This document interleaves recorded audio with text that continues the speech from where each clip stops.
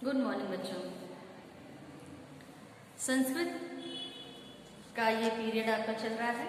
संस्कृत में आपने कल लेसन 15 हमने आपको पढ़ाया, उसका पीडीएफ भी भेज दिया है। उसमें लास्ट का जो क्वेश्चन था, क्वेश्चन नंबर 4, वो हम आपको होमवर्क में दिए थे, लेकिन इसका जो पीडीएफ हमने भेजा है उसमें आपका उत्तम पुरुष में पूछा गया था, हमने प्रथम पुरुष का लिख करके दे दिया था, लेकिन उसको आप लोग मत करिएगा। बाद में हमने इसका फिर एक और पीडीएफ भेजा है क्वेश्चन नंबर 4 करके, उसको आप लोग अपनी क्लास वर्क की बुक में कंप्लीट करिएगा। आज हम लोग लेसन 16 पढ़ेंगे। कल का होमवर्क आपने शायद अब तक कंप्लीट भी कर लिया होगा। उसको हमने दूसरा पीडीएफ बना करके दिया भी है क्वेश्चन नंबर 4 कर उसको आप लोग अपनी बुक में कंप्लीट भी करिएगा। अगला लेसन हमारा है षोडश पाठ है, यानी 16 लेसन 16वां पाठ ये हमारा है संख्यावाची शब्दाह, यानी संख्या का बोध इसमें आपको कराया जाएगा। जैसे कि आपने एलकेजी यूकेजी सब में आपने पढ़ा संख्या का, आप 1 2 3 4 ये सब आपने पढ़ा, उसको हिंदी में भी पढ़ने का आप लोग कोशिश करिए, क्योंकि आप लोगों को जब हिंदी पढ़ाया जाता है तो उसमें सन जब दिया जाता है, लेसन के बीच में अगर सन आता है तो वो आप लोग को हिंदी में समझ में नहीं आता है। तो आप लोग कोशिश करिए कि आप लोगों को हिंदी की गिनतियों का भी ज्ञान हो। तो इसमें संख्यावाची शब्दाह में आपको यहाँ पे संख्या बताया जाएगा। उनको संस्कृत में भी पढ़ते हैं, संस्कृत में उसको किस तरह से पढ़ेंगे ये हम आपको आज बताने जा रहे हैं। साथ में आपको इन संख्याओं को हिंदी में कैसे लिखते हैं या क्या कहते हैं ये भी आपको बताएंगे। इसको आप लोग बुक में ही संख्याओं के बगल में लिखते जाइएगा। तो जैसे मूल शब्द दिया गया है एक, इसको संस्कृत में एक कहा जाएगा। द्वि यानी द्वि आपका हिंदी में है, इसको संस्कृत में द्वौ पढ़ा जाता है। त्रि यानी तीन को त्रय, चतुर को चत्वारः, पंच को पंच संस्कृत में भी बोलते हैं, षट को संस्कृत में भी षट बोलेंगे, सप्त को संस्कृत में भी सप्त कहा जाता है। अष्ट यानी 8, 9 यानी 9, 10 को 10 लिखा भी गया है, पढ़ा भी जा रहा है। एकादश यानी 11, द्वादश यानी 12, त्रयोदश 13, चतुर्दश 14, पंचदश 15, षोडश 16, सप्तदश 17, अष्टादश 18, नवदश 19 और विसंति का अर्थ होता है 20। ये एक बार हम लोग फिर से पढ़ेंगे। एकः द्वौ त्रयः चत्वारः पंच षट् सप्त। अगले पेज पर आते हैं। अष्ट, नव, 10, एकादश, द्वादश, त्रयोदश, चतुर्दश, पंचदश, षोडश, सप्तदश, अष्टादश, नवदश, विंशति। तो इस तरह से ये हमारा 1 से 20 तक की संख्या हो गई, जिसको संस्कृत में हमने आपको पढ़कर सुनाया। अब आप लोग इसको हिंदी में भी लिखेंगे शब्द में और अंक में, जिसको हम बोर्ड पर आपको लिख करके बता रहे हैं।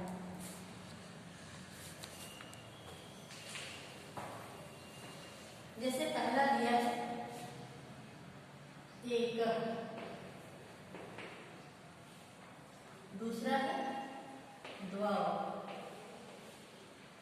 तीसरा है त्रय, चौथा चत्वारः, पांचवा है पंच, छठा है षट,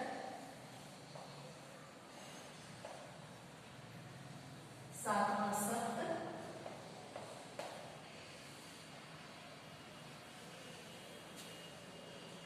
आठवां अष्ट,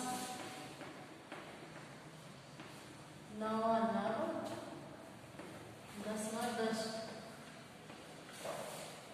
इस तरह से ये आपका। अब इसके बाद 10 के बाद से आपका शुरू होगा एकादश,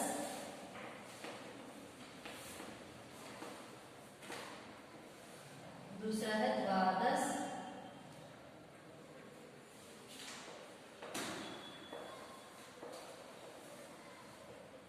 त्रयोदश,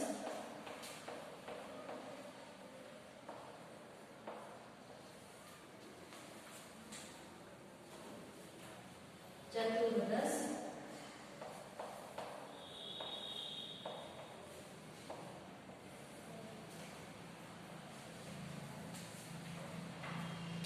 पंचदश,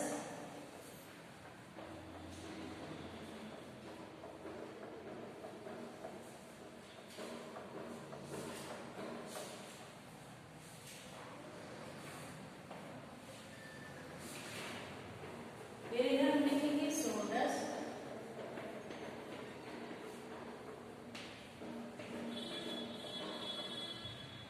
सप्तदश,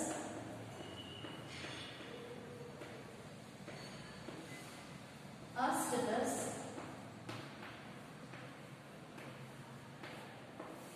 नवदश और विंशति।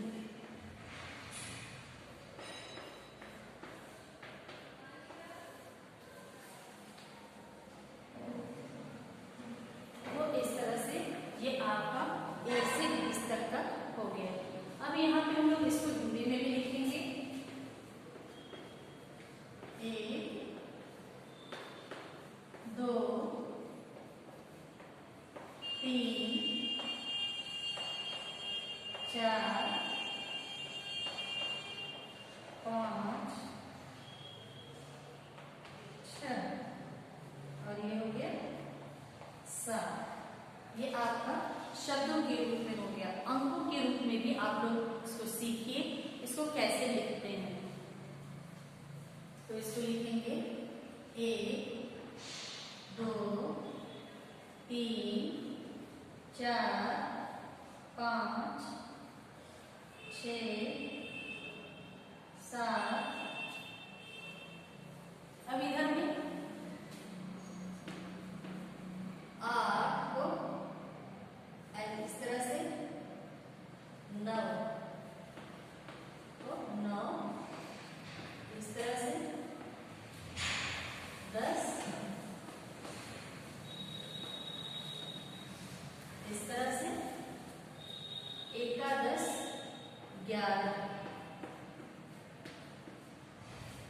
इसको इस तरह से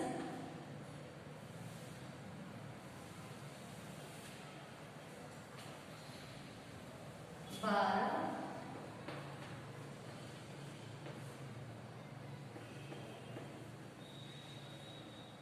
13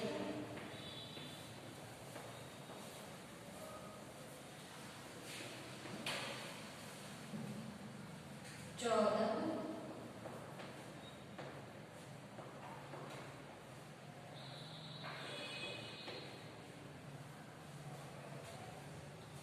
15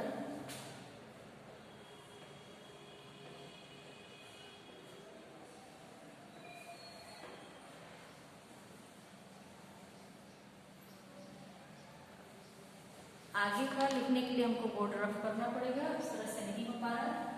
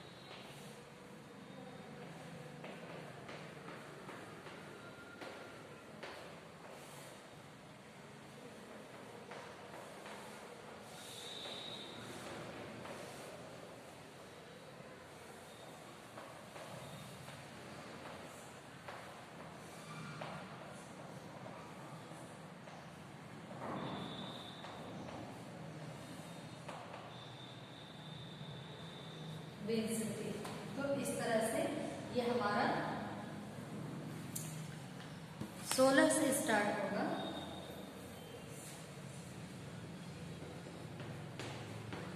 16 इसको हिंदी में लिखते हैं इस तरह से।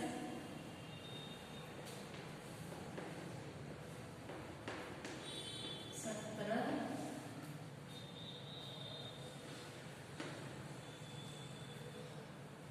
18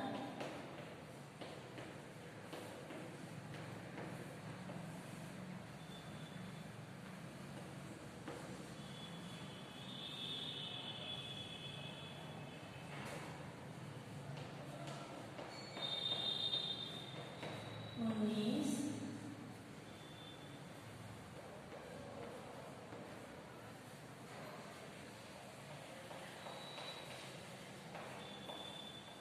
20।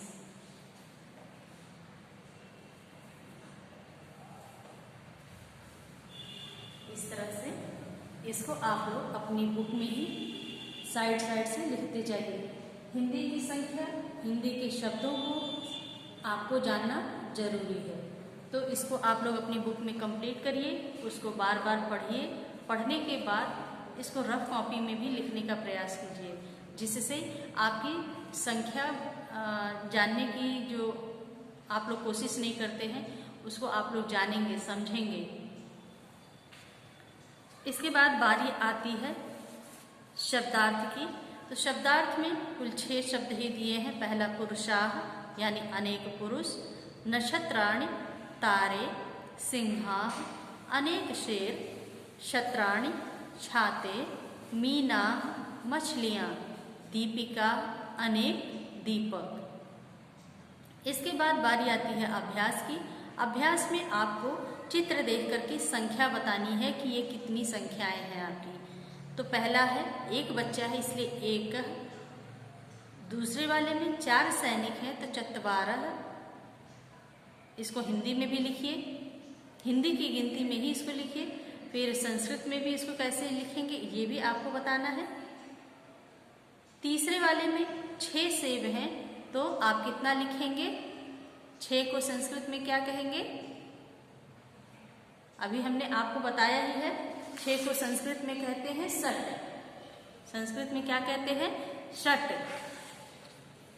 उसके बाद अगला चित्र आपका गुलाब के फूल का है। ये 8 फूल हैं, इसमें आप लिखेंगे अष्ट। अगले उसके बाद अंग वाले में आप देखेंगे कि 11 पेड़ बने हैं तो आप लिखेंगे एकादश। दूसरे उस लास्ट वाले च वाले चित्र में आप देखेंगे 13 चक्र बने हैं तो आप लिखेंगे 13 को क्या कहेंगे? त्रयोदश। त्रयोदश। उसके बाद से फिर मछलियों का चित्र है, इसको काउंट करिए कितनी है? 16 मछलियां हैं तो आप लिखेंगे कितना? 16। उसके बाद से फिर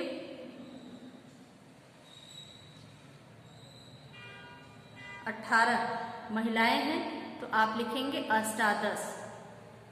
और लास्ट में दिया गया है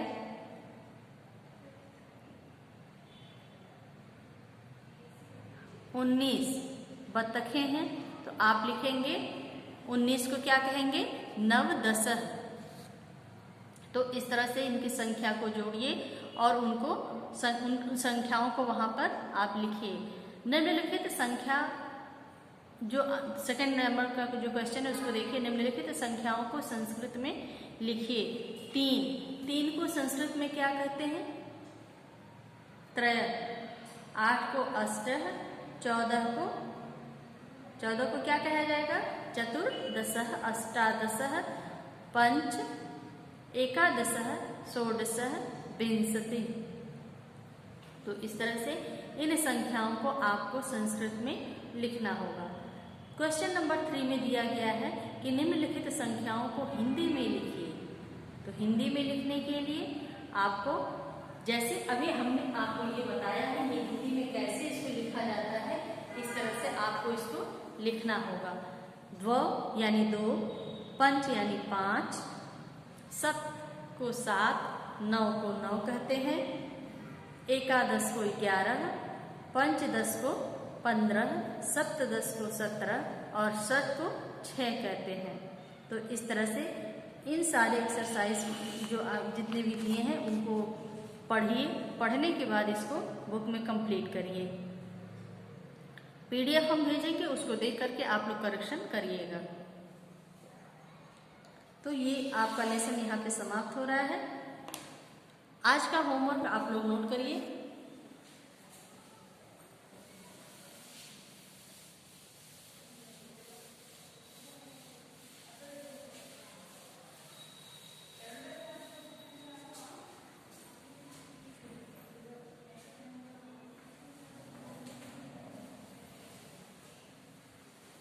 गृह कार्य में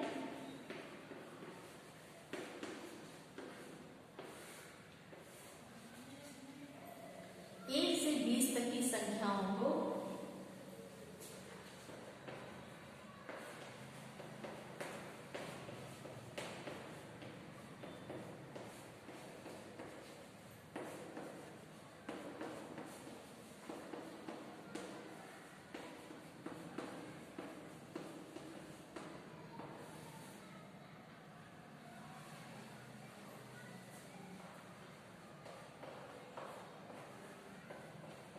शब्दों व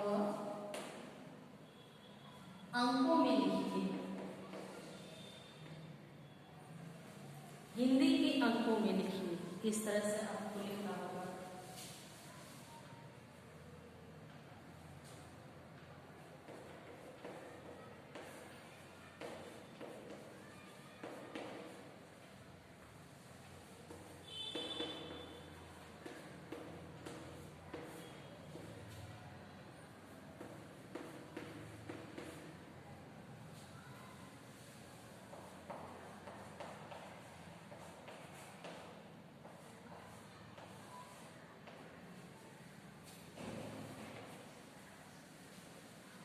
इस तरह से आपका ये होमवर्क कंप्लीट हो गया। होमवर्क एक बार आप लोग फिर से समझ लीजिए। होमवर्क आपको 1 से 20 तक की संख्याओं को 1 2 3 4 इस तरह से आप लोग लिखते हैं। उसको लिखने के बाद फिर उसको हिंदी के अंकों में किस तरह से हमने आपको लिखना सिखाया वो लिखिए। फिर उसको शब्दों के रूप में उसको कैसे लिखेंगे वो आपको कंप्लीट करना है। ये आपको रफ कॉपी में ही करना होगा। तो आज की क्लास को हम यहीं पे समाप्त करते हैं।